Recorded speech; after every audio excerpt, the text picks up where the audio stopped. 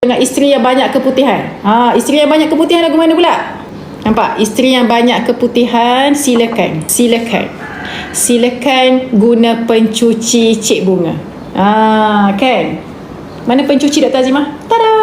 Cantik tak pencuci Dr. Azimah?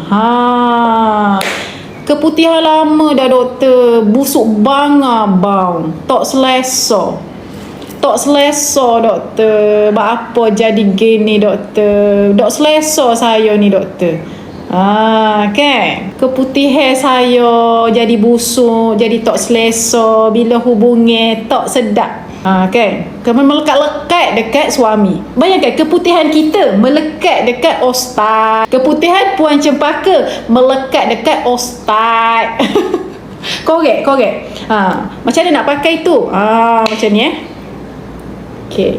Letak sikit je pencuci. Pencuci untuk keputihan Alright. Cuci dekat luar dan masukkan kat dalam. Korek waktu bake semua keputihan tu. Korek waktu bake keputihan kita tu. Korek. Barulah tidur. Kan? You pernah tak masa mengandung dapat keputihan? Kan? Boleh pakai pencuci Boleh pakai pencuci. Ada orang dia keputihan siapa dia tak seronok. Dia keputihan siapa dia sedih lah, dia tak selesa kan. Bila kita keputihan ni kita tak selesa sebenarnya. Kita rasa tak sedapnya kan. Boleh ke aku ni macam tu kan. Pandai Lydia. Safia gunakan, subhanallah, gunakan anda korek, anda kena korek, cuci kat dalam kan luas ni. Berapa cm ni? Cik Bunga kita kan luas 15 cm. Korek waktu bake semua keputihan tu. Ada yang tanya Dr. Azimah, bau macam ikan, busuk, hanyir. Korek waktu bake. Korek waktu bake keputihan tu, baru letak ubat kan, barulah tidur kan.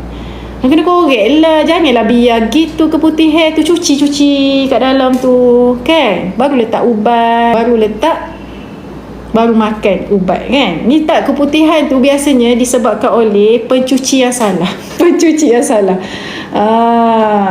Nanti kena swab.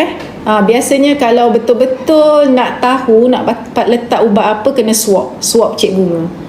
Kena swab Cik Bunga. Ni swab Cik Bunga. Okey, boleh keputihan boleh letak, boleh you all boleh ambil pencuci